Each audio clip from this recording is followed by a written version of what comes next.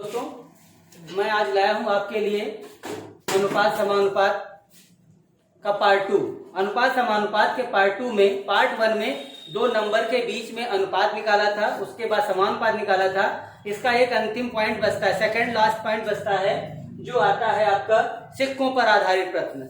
दोस्तों, सिक्कों पर आधारित प्रश्न जो होता है बहुत ही इजी मेथड से हम आपको सिखाएंगे, क्योंकि सिक्कों पे आधारित प्रश्न एक आपके एग्जाम में अवश्य आता है। आप यूपी पुलिस, एसएससी, जीडी, दरोगा, एटीसी कोई भी एग्जाम अगर आप देने जा रहे हो तो सारे एग्जामों में सिक्कों पे आधारित प्रश्न आते हैं। ठीक है, सिक्कों पर आधारित प्रश्न जरा हम चूंकि ज्यादा समय बर्बाद करना पसंद नहीं करते हैं, हम तो वो साथी हैं जो हमेशा आपको एग्जाम क्वालिफाई करवाने के लिए आते हैं। हम आपका समय बर्बाद करने का कोई भी औचित्य हमारा नहीं होता है। आप सिक्कों पर आधारित प्रश्न हम सीधे चर्चा नहीं करेंगे, चर्चा परिचर्चा पे टाइम बर्बाद करने के बजाय हम आपको जरा प्रश्न दिखाते हैं और उन प्रश्नों के आधार पे जरा आप देखिएगा कि कैसे क्वेश्चन को करना है।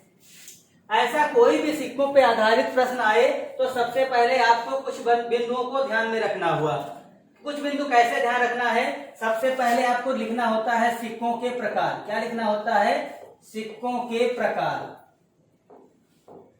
नंबर 1 दोस्तों याद रखेंगे सिक्कों के प्रकार। नंबर 2 याद रखेंगे सिक्कों की संख्या। सिक्कों की संख्या। उसके बाद नंबर 3 आपको याद रखना पड़ेगा सिक्कों का मूल्य। सिक्कों का मूल्य।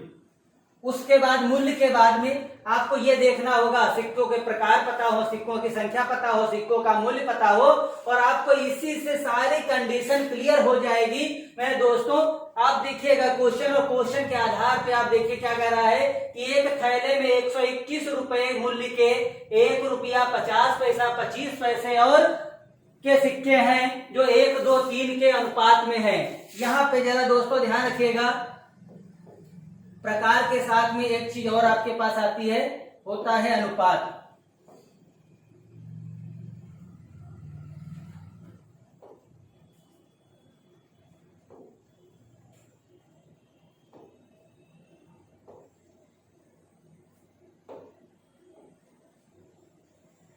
यहां पे थोड़ा सा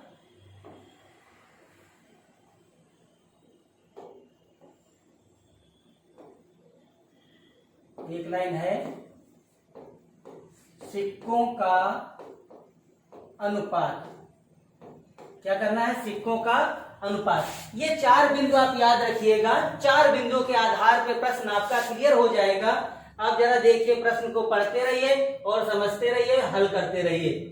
देखिए हमारा प्रश्न कह रहा है, जिन बिंदुओं पे बात करते हैं उन बिंदुओं की बात। सिक्के के प्रकार। सिक्के के प्रकार देखिए क्या है, 1 रुपया के हैं और 50 पैसे के हैं और 25 पैसे के हैं। कितने के हैं? 1 रुपया 50 पैसे और 25 पैसे के सिक्के हैं। अब उनका अनुपात दे रखा है, अनुपात इनका 1:2:3 है। अनुपात का चिन्ह हटता है तो सिक्कों की संख्या बन जाएगी, तो हो जाएगा x, 2x और 3x हो जाएगा।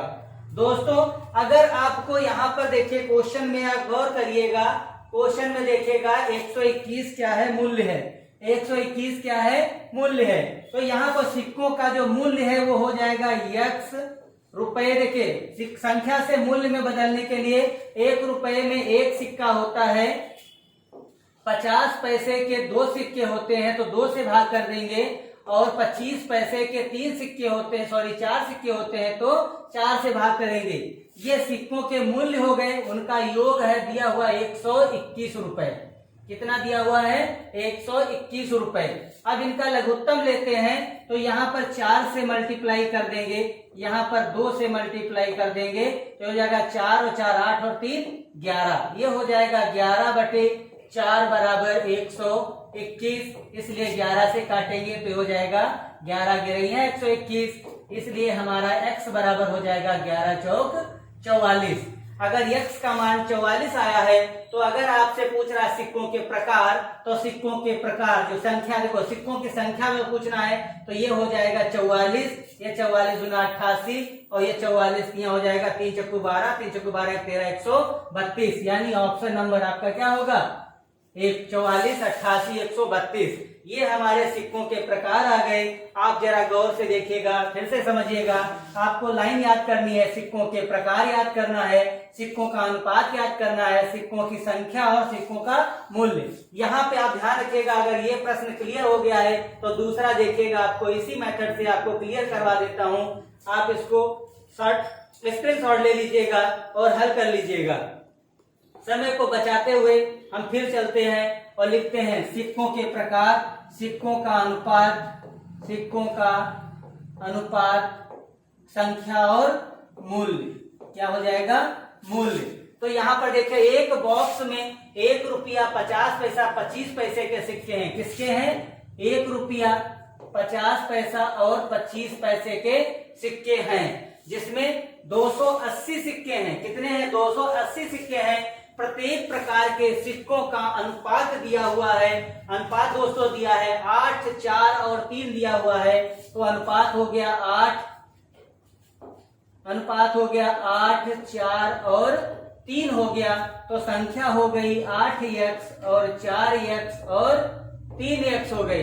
मेरे दोस्तों यहाँ पे ध्यान दीजिएगा, ये 280 जो दिया हुआ है वो सिक्कों के हैं। क्या 280 क्या है? सिक्के हैं, मूल्य नहीं है। तो यानी मूल्य की लाइन नहीं है, तो इससे कोई मतलब नहीं है। अगर आपको सिक्के दिए हुए हैं तो इन सिक्कों को जोड़ दीजिएगा और बराबर कर दीजिएगा, 280 कर दीजिएगा। तो ये हो जाएगा 3, 4, 7, 7, 8 हो गया 15x। 15x बराबर 280, इसलिए x बराबर हो जाएगा 280/15। ये आपका हो जाएगा 15 करना, 15 कटेगा नहीं कटेगा, 3 से काटिए, 5 है, 5 या 15, ये हो जाएगा 55, 25, 5 छक्का 30। हमारा x का मान आया है 56/30। 56/3 आ गया। अब देखिएगा अब क्या करना है, ध्यान में दिएगा, बहुत जरूरी, टेंशन नहीं लेने की जरूरत है। कह रहा तो 50 पैसे के सिक्कों की संख्या बताना क्या है। 50 पैसे के सिक्के देख लीजिएगा, 4x है। यहाँ पे 280 सिक्के हैं, आपका हो जाएगा 8, 4, 12, 3, 15। 15 का हो गया। अच्छा सॉरी, यहाँ पे दिया है मूल्य। आप थोड़ा सा क्वेश्चन में मिस्टेक है, क्वेश्चन को थोड़ा सा देखिएगा।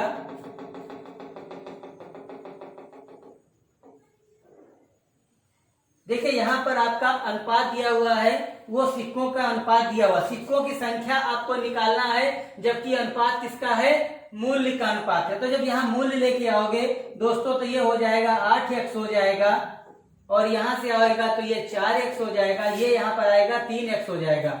आपको पता है अगर 8 रुपए है और 1 रुपए का सिक्का हो तो 8 ही होगा। कितना होगा?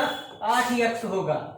उसकी संख्या 8x रहेगी। मतलब 10 के नोट, अगर 10 का नोट है, एक एक के सिक्के हो तो 10 ही तो होंगे। लेकिन 50 पैसे के अगर 4 सिक्के हैं तो अगर हमारे 50 पैसे के अगर 4 रुपए हैं तो 8 सिक्के हो जाएंगे, तो ये हो जाएगा 8x हो जाएगा। ऐसे ही अगर 25 पैसे के तो 4 गुना हो जाएगा, तो 4 क्या हो जाएगा? 12x।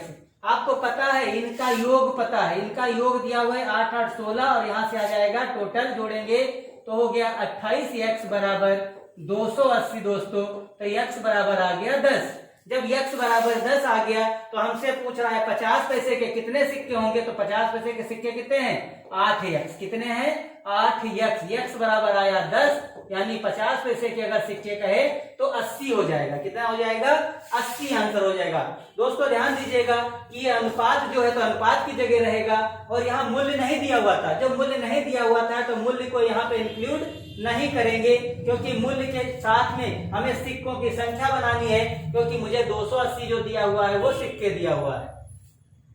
आराम से वीडियो को स्लो से समझिएगा, मस्ती से अवश्य सवाल समझ में आएंगे। और हम बात करते हैं, स्क्रीनशॉट ले लेना, हम बात करते हैं अगले प्रश्न की। हमारा अगला प्रश्न देखिएगा क्या है।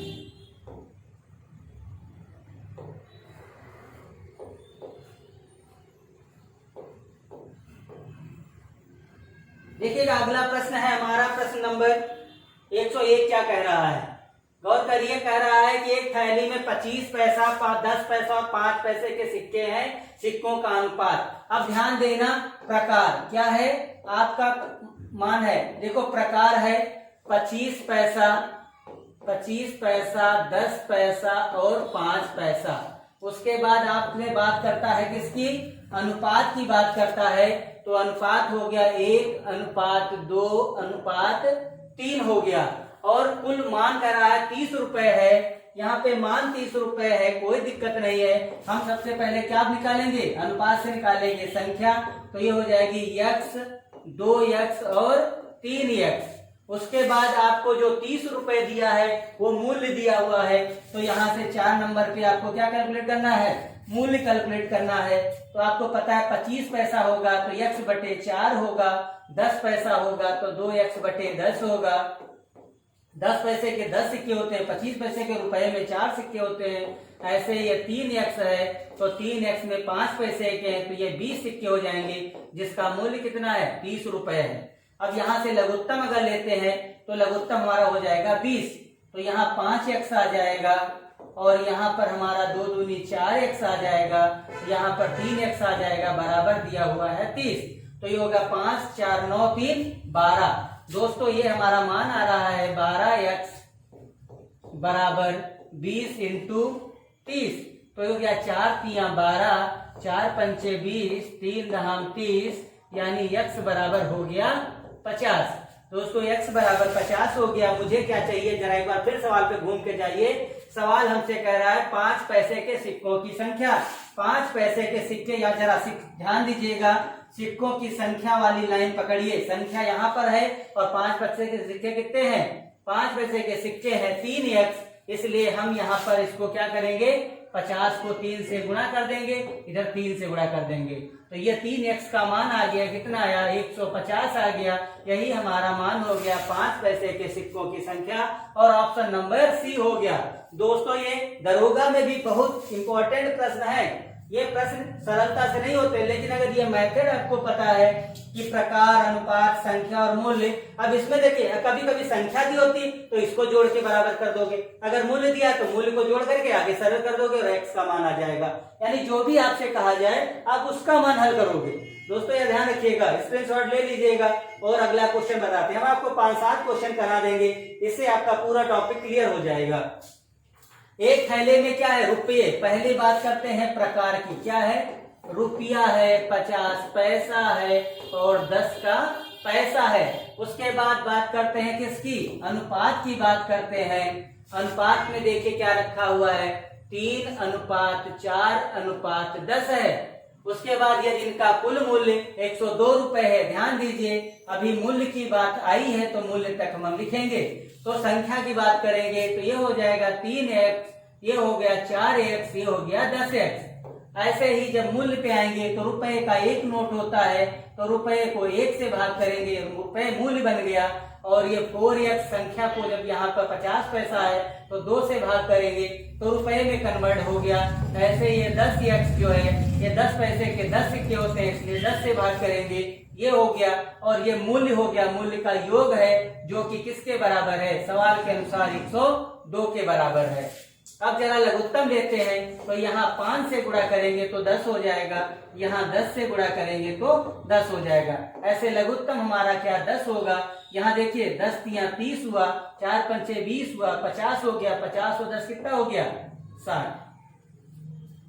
कहीं गलती हो रही क्या, 4 तिया 12, 52, सॉरी। ये हो गया हमारा 4 पंचे 20 हुआ, 50 पैसा, 10 पैसा है, तो हो जाएगा 4 पंचे 20, 5 दूनी 10, सही ठीक है, 10 तिया 30, ये भी सही है, तो हो जाएगा 30, 20, 50, 10, 60, सही है। ये हो जाएगा हमारा 60x बराबर 102, तो ये 0 से 0 कट गया, 6 करना 6, 6 7 42, x बराबर कितना आ गया, 17 आ गया। हमसे क्या पूछ रहा है जरा देखिएगा, हमसे कह रहा है 10 पैसे के सिक्कों की संख्या क्या होगी। 10 पैसे की, मेरे दोस्त ध्यान दीजिएगा, ये 10 पैसे के सिक्कों की संख्या कितनी है, 10x, कितनी है, 10x। तो x का मान कितना आया, 17 आया, तो 10x का मान कितना आ जाएगा, 10x का मान 170 आ जाएगा, और यही हमारा क्या हो जाएगा, आंसर हो जाएगा। ठीक है, नेक्स्ट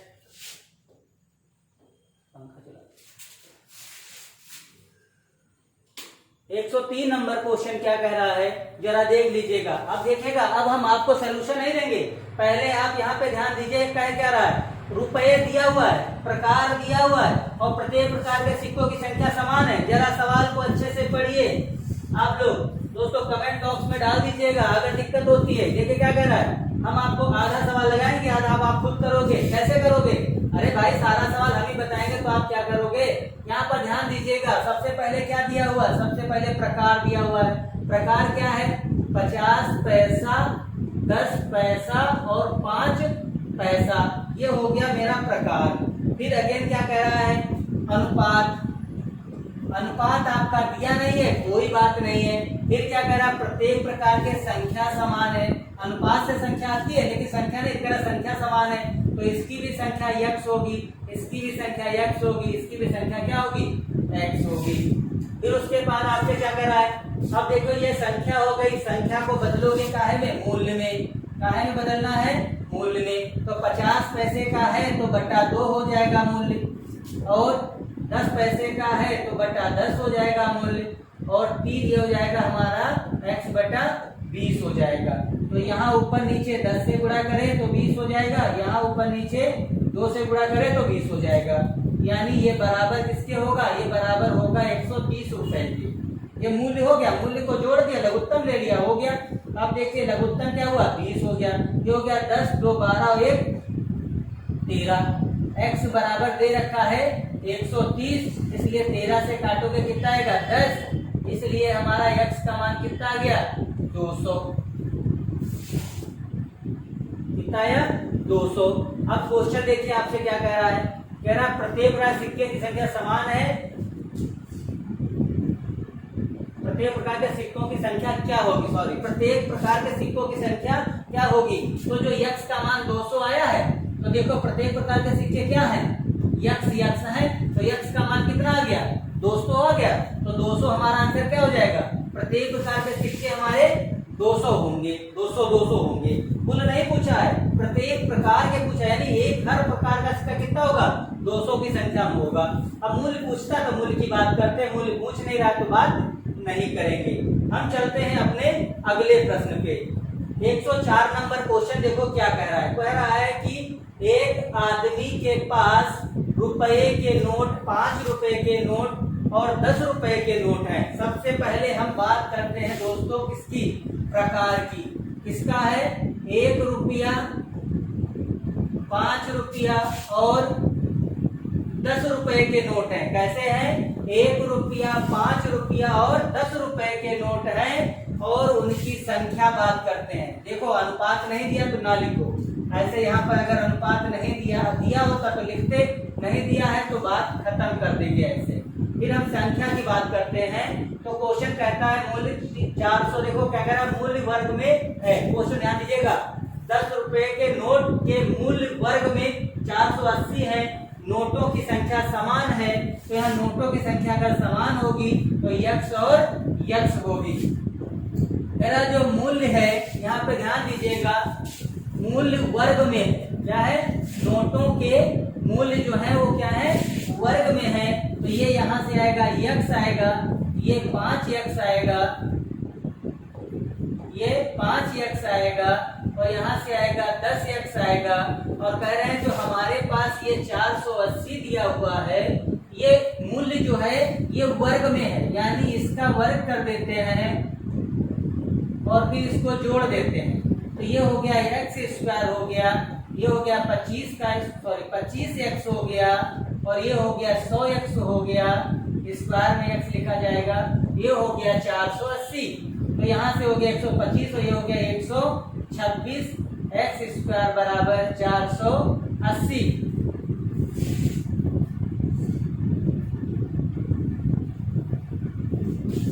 हमें बताना है उसके पास नोटों की कुल संख्या कितनी है।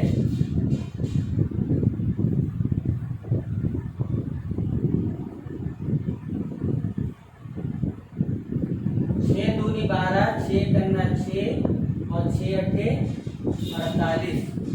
यहाँ पे सवाल में कुछ गड़बड़ी है।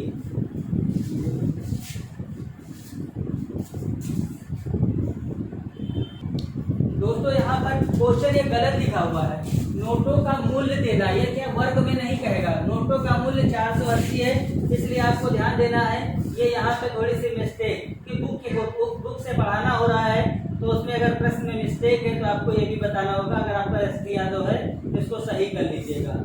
क्वेश्चन देखिए यहाँ पर क्या है, इनको ऐड कर देंगे तो 10, 5, 15, 1 हो गया 16x बराबर दे रखा है 480, तो इसलिए 16 किया कितना हुआ 48, x बराबर क्या हो गया 30।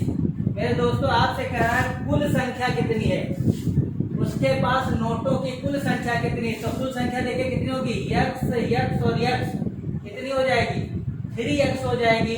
इसलिए आपका आंसर जो होगा वो 3 × 30 बराबर क्या होगा 90 हो जाएगा। ठीक है, ये प्रश्न ऐसे लगेगा, यहाँ पे मिस्टेक है इसलिए थोड़ा सा गलत हो गया है। चलिए आप लोग नोट कर लीजिएगा और आप तब तक एक 5 नंबर प्रश्न हम आपको बताते हैं।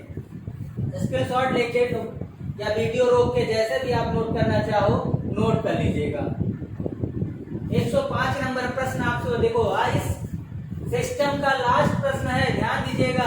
कह रहा 225 रुपए हैं और उनके प्रकार दिए हुए, इनकी संख्या का अनुपात दिया हुआ है, तो रुपए के सिक्कों की संख्या क्या बतानी है दोस्तों। लास्ट बार बताना जा रहा हूँ, क्या बताना है, पहले लिखना होता है प्रकार।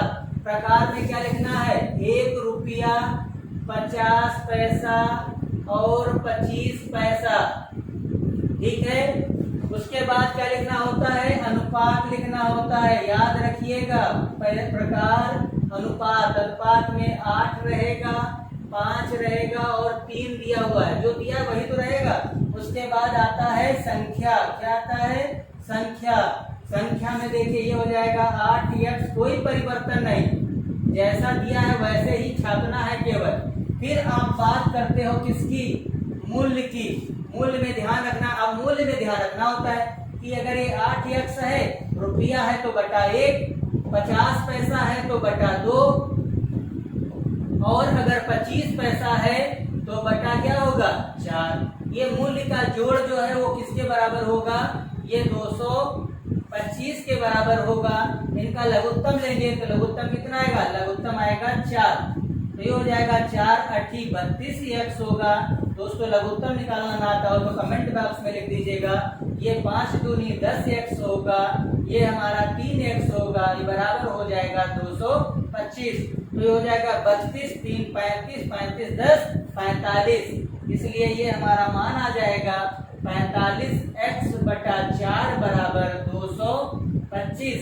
15 तिया 45 होता है, 15 15 225 होता है, 3 से काटोगे तो 3 5 15 होता है। इसलिए x बराबर 5 × 4 बराबर 20 हो जाएगा।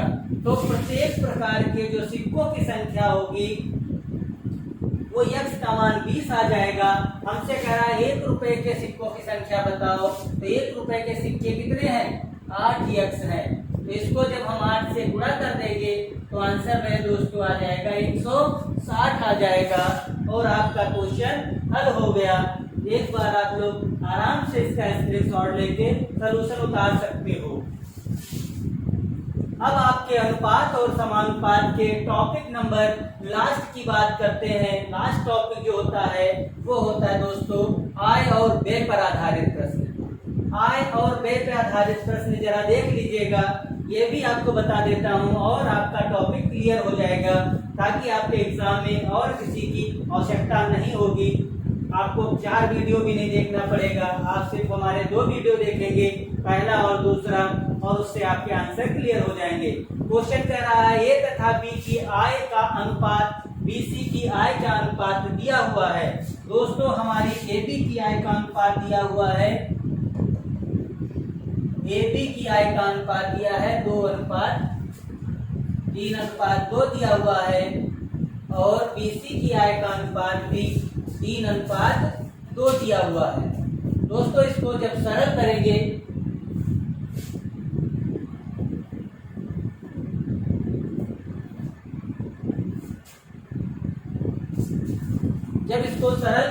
दोस्तों, तो यहाँ पे देखिए, यहाँ पे एक दीवार उठा देते हैं। ये दीवार जब उठाएंगे तो अच्छा तुम इनके अपनी छत पे खड़े हो तो इनके घर झांक सकते हो, यानी ये 2 दूनी 4 हो जाएगा। और ये बंदा सिर्फ वहां भी जा सकते हो, और यहाँ पे तिगला लगाओ तो आप यहाँ पे झांक सकते हो। तो 3 दूनी कितना हो गया, 6 हो गया। लेकिन ये व्यक्ति, ये जो दीवार उठी हुई है सब, ये जो दीवार उठी है तो ये इसके घर नहीं झांक सकता है, लेकिन ये नीचे से देख सकता है, इधर से देख सकता है, इसलिए 3 3 9 हो जाएगा और हमारा मान आ जाएगा A अनुपात B अनुपात C के हो गया। अब जरा गौर करिएगा, मुझे ABC मिल गया है। फिर देखो क्या कह रहा है, यदि A की आय का तिहाई हिस्सा C की आय के चौथाई हिस्से से 1000 अधिक हो। आप ध्यान दीजिएगा, हमसे कहता है A का तिहाई हिस्सा और C के चौथाई हिस्से का डिफरेंस दिया है 1000 रुपए। तो A की जगह क्या लिखोगे, 9/3 लिखोगे, C की जगह 4 लिखोगे, 4/3 ये कैंसिल होगा और ये हमारा आ जाएगा 3 डिफरेंस 1 यानी 2। यहाँ से 3 में से 1 जाएगा 2, 2 का मान आ गया 1000 रुपए, तो 1 का मान कितना हुआ 500 रुपए। जो पूछ रहा वो बता दो। कह रहा C की, यहाँ पे कह रहा है B की आय क्या होगी। दोस्तों B की आय कितनी है, 6 है। तो जब B की आय 6 है और 1 आपको ध्यान दीजिएगा, इस अनुपात के अनुसार 1 का मान 500 है तो 6 का मान कितना होगा, इसलिए B का मान हो जाएगा 6 का 6 × 500 बराबर 3000 रुपए। क्वेश्चन आपका हल हो गया। स्क्रीनशॉट ले लीजिएगा या वीडियो रोक के नोट कर लीजिएगा। हम आपको बताने जा रहे हैं अगला प्रश्न। देखिए अगला प्रश्न हमारा है 107। एक परिवार की आय और व्यय का अनुपात 10:7 है। यदि उस परिवार का व्यय 10,500 रुपए रहा हो तो बचत क्या होगी। मेरे दोस्तों, आय माने होता है कमाई और व्यय माने होता है खर्चा। अच्छा, आपका कमाई जो है आपकी, वो कमाई आपकी 10 रुपए है और खर्चा जो है आपका, व्यय माने खर्चा जो है वो 7 रुपए है। इसका मतलब दोस्तों बचत क्या होगी, बचत होगी 3 रुपए। बचत क्या होगी, 3 रुपए होगी। बस यहीं से तो आपको बताना है। क्वेश्चन कह रहा है परिवार का जो व्यय है वो 10,500 है, यानी इसका मान दिया हुआ है कितना, 10,500। मुझसे बताना है बचत क्या होगी, तो बचत नहीं पता है तो x लिख देंगे, कैंची की गुणा कर देंगे। यहाँ हो जाएगा 7x बराबर 3 × 10,500। यहाँ 7 से इसको काटेंगे तो 7 करना 7, 7 × 5 = 35। तो ये 15 से या 100, यहाँ 3 से 1500 की गुणा करोगे, x बराबर कितना होगा, 15 × 4500। आपका आंसर आ गया 15 × 4500 रुपए बचाएगा। सवाल को ध्यान दीजिए, कमाई 10 रुपए है, खर्चा 7 रुपए है, बचत 3 रुपए है। खर्चा 10,500 यानी 7 का मान दिया है, 3 का पूछ रहा है, तो 10,500 को 7 से भाग कर देंगे और 3 से गुणा कर देंगे, आंसर आ जाएगा। चलते हैं अपने प्रश्न नंबर 108 पे, जरा ध्यान दीजिएगा। बहुत अच्छा ही प्रश्न है, जरा गौर करिएगा। ऐसा एग्जाम में क्वेश्चन खूब आता है, ऐसे ही ध्यान दीजिएगा करना क्या होता है। क्वेश्चन कह रहा है कि AB की साप्ताहिक आय, यानी AB की जो इनकम है, AB की जो इनकम है वो क्या है, वो भी साथ ध्यान दीजिएगा। 7 डे की इनकम है, कितनी है, 9:7 है। और AB का जो खर्च है, AB का जो स्पेंडिंग है वो कितनी है, उसका खर्चा क्या है, वो 4:3 है, 4:3 है। यदि कह रहा है तो प्रत्येक 200 रुपए बचाता हो। मेरे भाई, इनकम अगर 9:7 है और खर्चा 4:3 है तो इनकम अलग होती है, खर्चा अलग होता है, इसलिए इनकम को बदलेंगे तो हो जाएगा 9x 7x और खर्चा जो होता है वो हो जाएगा 4y और 3y। तो जो यहाँ से बचत आती है, हमसे क्वेश्चन कह रहा है बचत समान है। अगर बचत हमारी समान 200 रुपए है तो हम समीकरण नहीं बनाएंगे, समीकरण ना बना के हम सीधे यहीं से बोल देते हैं अगर हमारी बचत समान है तो इसका मतलब हम क्या करें, हम बचत समान होने के लिए इसका और इसका डिफरेंस क्या होगा, बराबर होगा। तो लिख दीजिए 9x - 4y बराबर होगा 7x - 3y। मेरे दोस्तों ये इधर जाएगा तो y बन जाएगा और ये इधर जाएगा तो 2x बन जाएगा। ठीक है, तो यहाँ पर अब ध्यान दीजिएगा 2x का मान कितना आ गया, y आ गया। अब यहाँ पर कहीं पर भी किसी एक समीकरण ये उठा लीजिए, उठा लिया, सॉरी एक समीकरण आप एक साइड उठा लीजिए, उठा लिया। तो जब एक साइड उठाओगे तो y की जगह 2x रखोगे तो यहाँ हो जाएगा हमारा 9x माइनस 4 इंटू 2x और बराबर दिया है ऊपर सवाल में कितना 200 बचाते हैं, यानी दोनों समीकरणों के मान 200 ही है, इसीलिए मैंने क्या किया, इसको घटाया और इसको घटाया और बराबर कर दिया। तो यहाँ से हमारा हो गया 9x में से 8x गया, कितना बचा x बराबर क्या आया 200 आ गया, x बराबर 200 आ गया। मुझे बताना है कि दोनों की साप्ताहिक आय का योग क्या होगा। दोस्तों साप्ताहिक आय क्या होगी, देखिए इनकम 7 डेज इनकम क्या है, ये है, तो ये जो इनकम है तो कितनी होगी 9 7 16, यानी इनकम हो गई 9x प्लस 7x बराबर कितनी होगी 16x और 16 इंटू x का मान क्या निकाला 200, इसलिए आंसर क्या आएगा 16 दूनी 3200। दोनों की साप्ताहिक इनकम कितनी हो जाएगी 3200। मेरे दोस्तों थोड़ा सा ध्यान दीजिएगा, केयरफुली हल करिएगा कि इनकम ये हो गई, खर्चा ये हो गया। इनकम का अनुपात अलग होता है, खर्चे का अनुपात अलग होता है। जब एक की इनकम से ए का खर्चा घटाओगे तो एक की बचत आएगी, जब बी की इनकम से बी का खर्चा घटाओगे तो बी की बचत आएगी। दोनों की बचत समान है इसलिए समीकरण समान कर देंगे। उसके बाद इसको हल करेंगे तो हमें x और y का संबंध मिल जाएगा।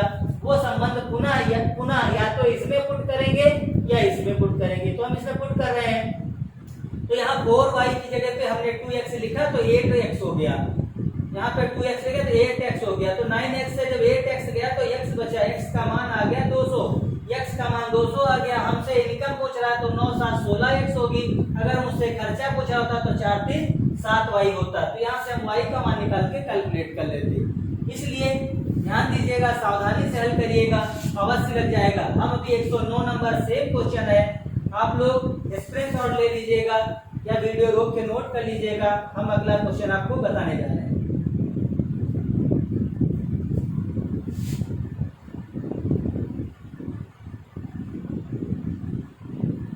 हमारा 109 नंबर क्वेश्चन कह रहा है ए तथा बी की आय। आप ध्यान दीजिएगा, ए बी की आय, ए बी की आय कितनी है 2 और 3, इसलिए 2x और हो गई 3x। और व्यय, ए बी की व्यय हो गई 1 और 2, इसलिए व्यय का अनुपात अलग मानेंगे भाई मेरे, ये हो जाएगा 2y हो गया।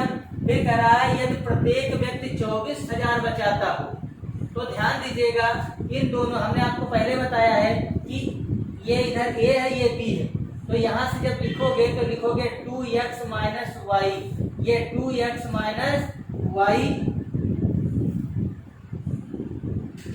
और यहाँ से हो जाएगा 3x माइनस 2y, ठीक है। और जो कि क्या होंगे, दोनों क्या है बराबर है। तो जब दोनों बराबर हैं तो ये इधर जाएगा, y ये कहाँ जाएगा इधर जाएगा, वो भी चिन्ह के साथ जाएगा। तो दोस्तों जरा गौर करते हैं, ये इधर जाएगा उठ के पूरा, ये जब पूरा आप इधर उठा के लेके जाओगे, यूं ही जब पूरा लेके जाओगे ये, तो ये इधर हो जाएगा प्लस का, ये इधर क्या होगा प्लस का हो जाएगा, तो जाहिर सी बात है। और ये इधर आएगा तो माइनस का हो जाएगा। तो ऐसी स्थिति में यहाँ बचेगा y और यहाँ बचेगा क्या x बचेगा। इन दोनों के समान चिन्ह है, डिफरेंस x बराबर y आ गया। हमने बताया कि ये मान फिर वापस समीकरण 1 में रख देंगे, तो x की जगह y और y की जगह x रखोगे तो यहाँ से देखो 2x माइनस x बराबर, दोस्तों इन दोनों समीकरणों का मान हमेशा क्या कहलाएगा बचत कहलाएगा। तो ये हो गया मेरा 24,000। तो x बराबर क्या आ गया, x बराबर आ गया 24,000। हमें क्या बताना है, a की आय बताना है। दोस्तों a की आय कितनी है 2x, कितनी है 2x, तो a की आय 2x 2x है तो ये 2x का मान हो जाएगा 24 दूना 48,000 और आंसर आ गया। ठीक है, स्क्रीनशॉट ले लो वीडियो रोक के। अगला चलते हैं क्वेश्चन पे।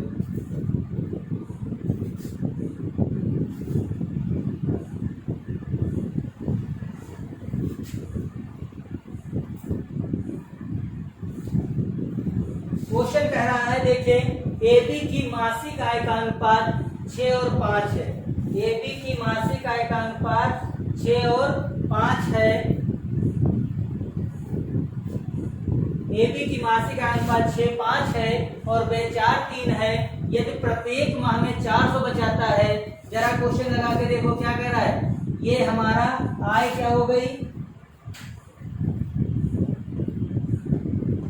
आय जो है AB की है वो 6-5 है, तो ये हो गई 6x और 5x। और व्यय AB की बात करता है तो व्यय हमारी हो जाएगी 4 और 3 हो जाएगी। तो इसलिए हमारा व्यय जो होगा वो 4y और 3y होगा। इसके बाद बात बचत जो है वो कितनी है, 400 है। तो सबसे पहले हम क्या करेंगे, यहाँ से इसको घटाएंगे तो ये हो जाएगा 6x माइनस 4y बराबर 5x माइनस 3y। जरा ध्यान दीजिए, इधर जाएंगे तो y बचेगा और इधर आएंगे तो x बचेगा। x बराबर क्या आएगा, y। तो जब x बराबर y आएगा तो ये मान किसी एक पक्ष पे डाल देते हैं। जब एक पक्ष पे डालेंगे तो x वहां पे 4y जो है, y की जगह x लिख देंगे तो ये हो जाएगा 4x। क्या हो जाएगा, ये 4x। और ये 6x है, 6x में 4x जाएगा, 6x में 4x जाएगा और बराबर बचत कितनी है, 400 की। तो ये हो गया 2x बराबर है 400। तो x बराबर कितना आया, 200। x बराबर 200 आ गया। हमें चाहिए क्या, उनकी मासिक आय क्या होगी, उनकी मासिक आय राशि ज्ञात करना है। तो ध्यान दीजिए, उनकी मासिक आय कितनी होगी, 6-5-11x होगी। कितनी होगी, 6-5-11x होगी। यानी 11x का मान बताना है तो 11 × 200 बराबर 11 दूनी 2200। आपका आंसर क्या हो जाएगा, 2200 आ जाएगा। सी नंबर ऑप्शन होगा। ठीक है, नेक्स्ट पे हम बात करते हैं। सवाल ध्यान दीजिएगा, ABC की मासिक वेतन 2-3-5 है। यदि C का वेतन A के वेतन से क्या है, 1200 अधिक है। दोस्तों बहुत सरल है, ये मान किसका है, A का। ये किसका है, A का। ये किसका है, B का। ये किसका है, C का। यहाँ पे कह रहा है C का वेतन A के वेतन से 1200 अधिक है। जरा ध्यान दीजिए, C का वेतन A से कितना अधिक है, 3 अधिक है। कितना अधिक है, क्योंकि A का हिस्सा 2 है और C का हिस्सा 5 है। तो C के पास 3 ज्यादा है। तो जब यहाँ पे अनुपात में 3 ज्यादा है तो रुपए में 1200 ज्यादा है। तो A का मान कितना आ जाएगा, 400 रुपए आ जाएगा। हमें बताना है B की वार्षिक आय क्या होगी।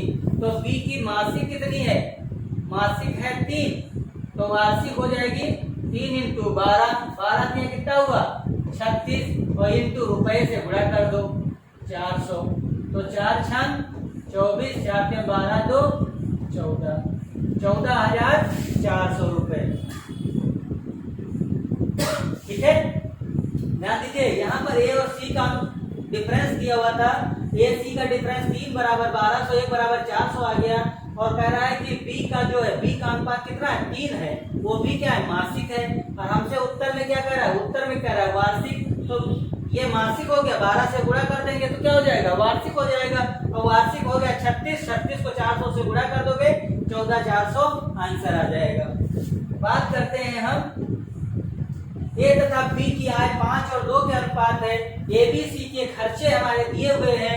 तो C का 2000 रुपए का खर्चा है, B 700 बचाता है। A का बचत क्या होगी, जरा ध्यान दीजिए, बहुत सरलता से सवाल लगाएंगे। यहाँ पे क्वेश्चन कहता है AB की आय क्या है, AB की आय जो है वो 5x और 3y में, सॉरी 5x और 3x में हो गई। फिर कह रहा है ABC की बचत, बचत क्या है, सॉरी खर्चे क्या है,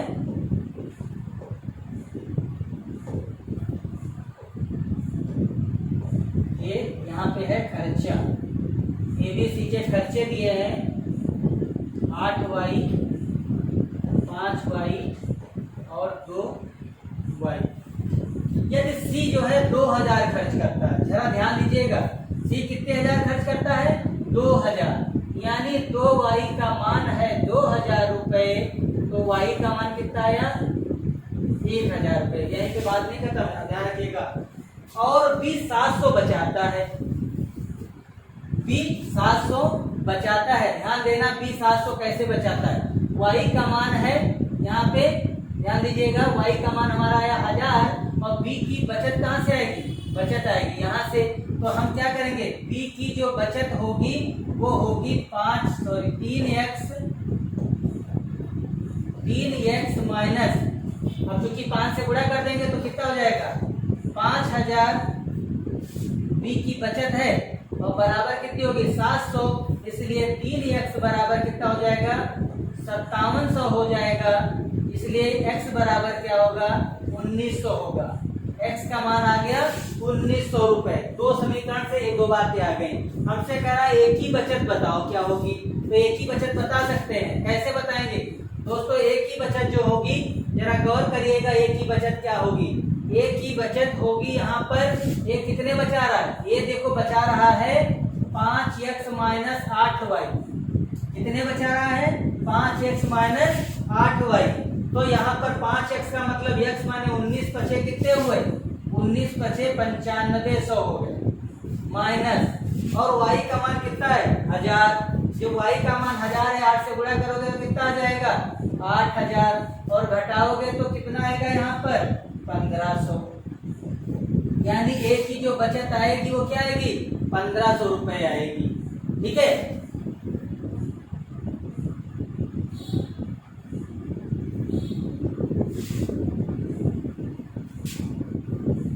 एक की बचत 1500 रुपए आएगी। ये देखिए क्वेश्चन नंबर 112 और ऑप्शन नंबर 8 टिक कर दीजिएगा। ठीक है, अब हम बात करते हैं, एक दो और बचे, इनको भी सोल्यूशन ले लेते हैं। कह रहा ए बी की आय का अनुपात दिया हुआ है। ए बी की आय कितनी है? ए बी की आय दी है 3:2 और पे दिया हुआ है, ये इनकम हो गई। और हमारा स्पेंडिंग इसकी देख लो, ए बी की कितनी है?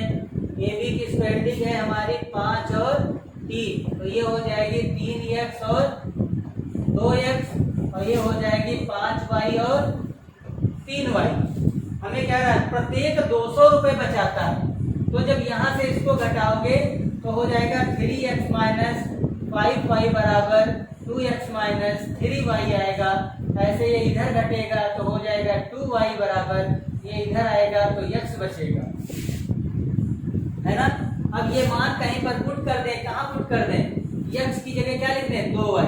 हमें क्या चाहिए? पहले भी आप ध्यान रखिएगा, ये बदलने के साथ साथ हम ये देख लेते हैं, मुझे चाहिएगा a की आय चाहिए, मुझे x का मान चाहिए, इसलिए हम y की जगह x रखेंगे। तो ध्यान दीजिएगा, इस किसी एक समीकरण में 2y है, नहीं है कहीं पर, सरलता से ध्यान दीजिए, ये हो जाएगा हमारा 3x माइनस 5 इंटू, और y की जगह हो जाएगा x बटा 2, और बराबर देखो कितने बचाता है, सवाल में जरा पूछ के जाइएगा, और ये बचाता है 200 रुपए। ठीक है, तो ये हो जाएगा हमारा 3 दूनी 6x माइनस 5x बटा 2 बराबर 200, तो इसलिए हमारा x बराबर क्या आएगा? 400। x बराबर क्या आएगा? 400। x बराबर 400 आ गया। a की आय पूछ रहा है, a की आय कितनी है? 3x। a की आय, a की इनकम क्या है? a की इनकम है 3x, यानी 3 इंटू 400 बराबर क्या हो जाएगा? 1200। दोस्तों आंसर यहाँ पे आ गया।